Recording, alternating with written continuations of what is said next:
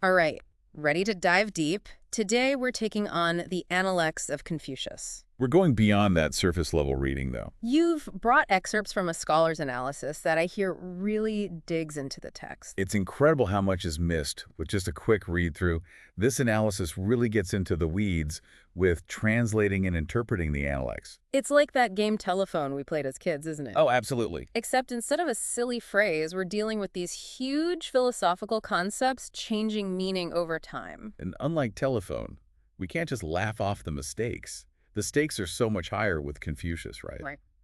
This analysis shows how one character, just one, translated this way or that way, can totally change what we think it means. Okay, so walk us through it. Give us an example of this translation tightrope walk. Where does one word make all the difference? Well, one that really stands out is the phrase attacking heterodoxy. Okay. Now, if you look at the original Chinese, depending on how you interpret it, it could be talking about not getting caught up in superstition, which is what some translations go with. Makes sense. But other translations, they focus on the idea of self-harm Yeah. through studying too hard. Wild, right? Wow. So it's either about avoiding blind faith or burning yourself out. Exactly. And it all comes down to one single character and how you translate it. That's incredible. So we go from Confucius warning against like blindly following to him being worried about students pushing themselves too far. Talk about a plot twist. Exactly. And that's what makes this so fascinating. Because that one choice, that one word, Mhm. it has this ripple effect. It changes how we see Confucius as a whole. Right. Was he this dogmatic figure, totally strict, demanding everyone follow the rules? Yeah. Or was he more focused on personal growth and the dangers of going too far with your thoughts? It's like those optical illusions where which image you see depends on how you look at it, right? Mm-hmm. Except here we're talking about different versions of Confucius himself. Yes. This analysis doesn't just give us different translations. It shows how those choices change the entire game. It's not just about the words anymore. It's much bigger than that. It's about really wrestling with the core of what Confucius was thinking. Exactly. And that's why it's so important to understand the context, Mm. the world where these words were written. It's like these words have traveled through time, picking up different meanings and interpretations along the way. It's like a traveler's tale. Exactly. To really understand it, you need to know where they've been, right? What they saw, who they met. You've got to know the journey. You can read about a place, Yeah. but it's not the same as actually being there. Right. So no more armchair philosophy for us. We're going back in time. Love it. And this analysis does a great job taking us back to ancient China, to this period called the Warring States period. Okay. It was a time of total chaos, political upheaval, social unrest. Not exactly peaceful, huh? Not at all. And Confucius wasn't writing from some ivory tower.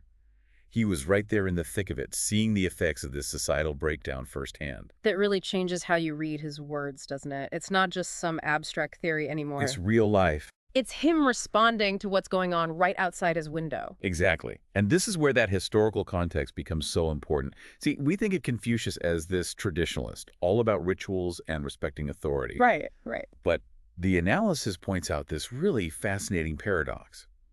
Confucius, yeah, he was rooted in tradition, but he also understood the need to adapt, to change with the times. Wait, hold on. So he's a traditionalist who's also down with changing things? That seems kind of contradictory. It's not a contradiction, actually. It's more about having this nuanced view of tradition. It's about seeing how the old ways can be a source of both stability and renewal. Oh, interesting. The analysis talks about how much Confucius admired Du Quan of Qi. Okay. This was a ruler who brought order to his state not by forcing the old ways, but through smart opponents, strategic reforms. So it's about finding those right people, the ones who can actually get things done, not just sticking with tradition because, well, that's how it's always been done. Exactly. Confucius wasn't about clinging blindly to the past. He wanted to solve the problems of his time. He just saw this deep well of wisdom in those old traditions that could help him do it. It makes you think about all the times we simplify historical figures, right? Like we trap them in time as these one-dimensional characters. Yeah, we do. But this deep dive, it shows us so much more of who Confucius really was. It does. Speaking of which, I know the analysis mentioned some really telling personal stories about him too. Oh, yeah? Stuff that reveals a lot about him as a person, not just the great philosopher. It's amazing how these little personal details make him seem so much more real. You know, like we've all been so into something we forget to eat. Oh, totally. The analysis talks about how much Confucius loved music. Yeah. It's as he'd get so wrapped up in it, he'd just completely forget about mealtime. Wow. It really brings him to life, right? It does. Like, even this philosopher, known for his wisdom and discipline, he could still just be swept away by how beautiful music is. Exactly. It reminds me of that quote, "Music produces a kind of pleasure which human nature cannot do without." I think that's Confucius, right? It sounds like him. And it's not just joy we see in these stories.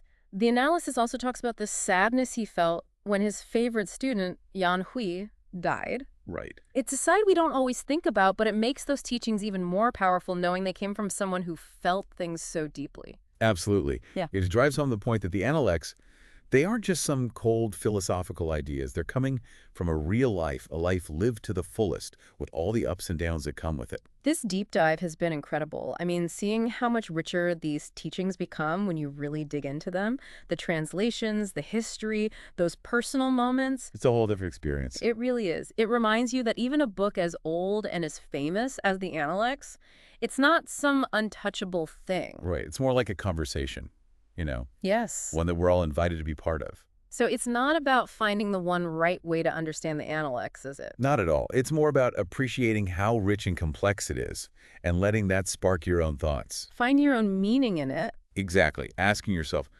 what speaks to me? How can I take these ancient words and find wisdom that applies to my life, my experiences? It's a gift that keeps on giving, isn't it? The Analects, I mean. A journey, not just a destination. I think Confucius would approve. I think you would too. Well, that's our deep dive into the Analects of Confucius. Until next time.